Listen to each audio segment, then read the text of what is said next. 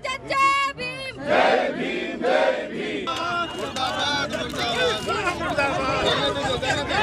अरे किनारे होइए ना, आप थोड़ा सा होइए ना। बाबा साहब का अपमान नहीं सहेंगे, नहीं सहेंगे, नहीं सहेंगे। अमित शाह माफी मांगो, माफी मांगो, माफी मांगो। अम्बेडकर की तस्वीर लेकर और नीली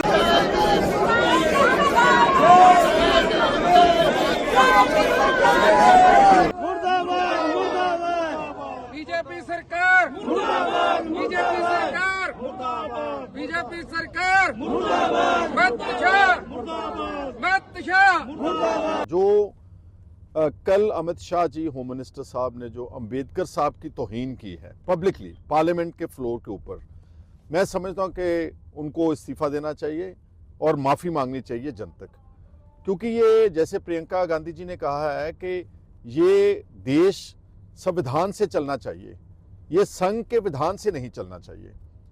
जो उन्होंने शब्द इस्तेमाल किए अंबेडकर साहब, जो हमारे लेजेंडरी एक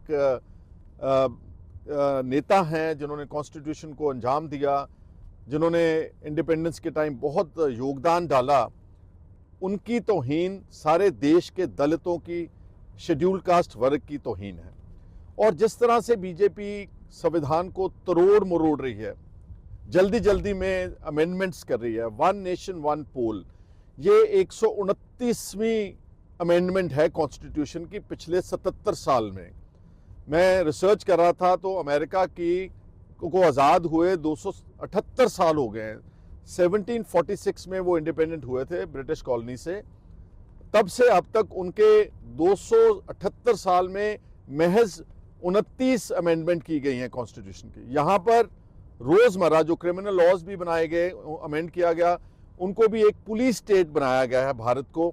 इसलिए जो कुछ बीजेपी कर रही है हमारे देश में, उस संविधान के खिलाफ कर रही है और लोगों को जात पात धर्म के बीच में बांटकर बहुत ज़्यादा एक किस्म का अनडेमोक्रेटिक तरीके से, ऑटोक्रेटिक तरीके से देश को, जो प्राइम मिनिस्टर और जो अडानी के साथ मिक्सअप होकर के एक कैपिटलिस्ट स्टेट बना दिया है। अंत में मैं फिर कांग्रेस पार्टी की पंजाब की तरफ से बतौर चेयरमैन ऑल इंडिया किसान कांग्रेस ये मांग करता हूं कि अमित शाह जी को अपने कहे हुए शब्दों को वापस लेना चाहिए, माफ़ी मांगनी चाहिए और एज होम मिनिस्टर रिजाइन करना चाहिए। देखिए, माफी तो मांगनी बनती है, क्या बोला क्या नहीं बोला वो देश की जनता देख सकती है, वो सारे सोशल मीडिया में है। लेकिन डिस्कशन संविधान की होए और संविधान के निर्माता जो हैं उनको, जो लाखों करोड़ों लोग उनको भगवान का रूप मानते हैं, क्योंकि उन्होंने दलितों को वो हक अधिकार दिए जो शायद कभी उनको कोई देता नहीं था। और बाबा साहेब को जो हमेशा हर एक बहुत एक रिस्पेक्टफुली उनको बाबा साहब अम्बेडकर जी कहा जाता है, अम्बेडकर अम्बेडकर कह के जिस तरीके से बोला गया वो तो निंदन योग है ही। और वो भी जब कॉन्स्टिट्यूशन की आप चर्चा कर रहे हैं सो गलत है, और जो कोई गलती हुई उसकी माफी मांगनी चाहिए। लेकिन सदन के बाहर इस तरीके का हंगामा जो हुआ उसको कैसे देखते हैं? अब देखिए, विपक्ष ने तो पॉलिटिक्स खेलनी है, लेकिन मैं ये भी कहूंगी कि बहुत बड़े पदों पे बैठे हुए लोगों को सत्कार बाबा साहब को देना हर हिंदुस्तानी देता है और देना भी चाहिए। और जो सदन के अंदर बड़े पदों पे बैठे हैं लोग इस तरीके से उनके बारे में बात करेंगे तो बहुत सारे करोड़ों लोगों को इसका ठेस पहुंचा है, और जो ठेस पहुंचा है तो माफी मांगने में इंसान कोई छोटा नहीं होता, बड़ा ही होता है। इस मंच से हमारी मांग है, जो हमारी पार्टी हमारे अध्यक्ष ने करी है, अमित शाह हाथ जोड़ के माफी मांगे, इस्तीफा दे, और ये जो दूसरा अक्षम्य अपराध किया है इसके लिए बर्खास्तगी हो जिन लोगों ने ये किया है। नरेंद्र मोदी को क्या लगता है, वो सदन में कुछ भी कहेंगे, वो कोई भी झूठ परोसेंगे, उनका आधा चरण वंदन करता हुआ मीडिया कुछ भी दिखाएगा। मैंने आपके सामने 3 साक्ष्य रखे। पहला, राज्यसभा की वेबसाइट से अनएडिटेड स्पीच जो अमित शाह की उस पर लगाई गई है, पेज नंबर 344 का लास्ट पैराग्राफ वही कहता है जो हमने दिखाया है। हमने कुछ भी तोड़ा मरोड़ा नहीं है, और अगर आपको लगता है कि हम आपकी गीदड़ धमकियों से डर जाएंगे तो वो होगा नहीं। दूसरा साक्ष्य मैं आपके सामने ये रख रही हूं, ये एडिटेड तस्वीर जहां पर बाबा साहब की तस्वीर को आसानी से हटा दिया जाता है, और ये अनएडिटेड तस्वीर तीसरा साक्ष्य रख रही हूं जहां पर बाबा साहब की तस्वीर है और सदैव रहेगी। ਅਸੀਂ ਦੇਸ਼ ਦੀ ਹੁਕਮਰਾਨ ਪਾਰਟੀ ਭਾਰਤੀ ਜਨਤਾ ਪਾਰਟੀ ਅਮਿਤ ਸ਼ਾਹ ਨਰਿੰਦਰ ਮੋਦੀ ਜੀ ਇਹ ਗੱਲ ਕਹਿਣੀ ਚਾਹੁੰਦੇ ਹਾਂ ਕਿ ਇਸ ਦੇਸ਼ ਨੂੰ ਇਕੱਠਿਆਂ ਰੱਖਣ ਵਿੱਚ ਅਲੱਗ-ਅਲੱਗ ਭਾਸ਼ਾਵਾਂ ਅਲੱਗ-ਅਲੱਗ ਵਰਗਾਂ ਬੋਲੀਆਂ ਸੱਭਿਆਚਾਰ ਵਿੱਚ ਵੰਡੇ ਹੋਏ ਦੇਸ਼ ਨੂੰ ਇਕਮੁੱਠ ਕਰਨ ਵਿੱਚ ਡਾਕਟਰ ਅੰਬੇਡਕਰ ਸਾਹਿਬ ਦੇ ਸੰਵਿਧਾਨ ਦਾ ਕਨਸਟੀਟਿਊਸ਼ਨ ਦਾ ਤੇ ਉਹਨਾਂ ਦੀ ਕੀਤੀ ਮਿਹਨਤ ਦਾ ਬਹੁਤ ਵੱਡਾ ਯੋਗਦਾਨ ਹੈ।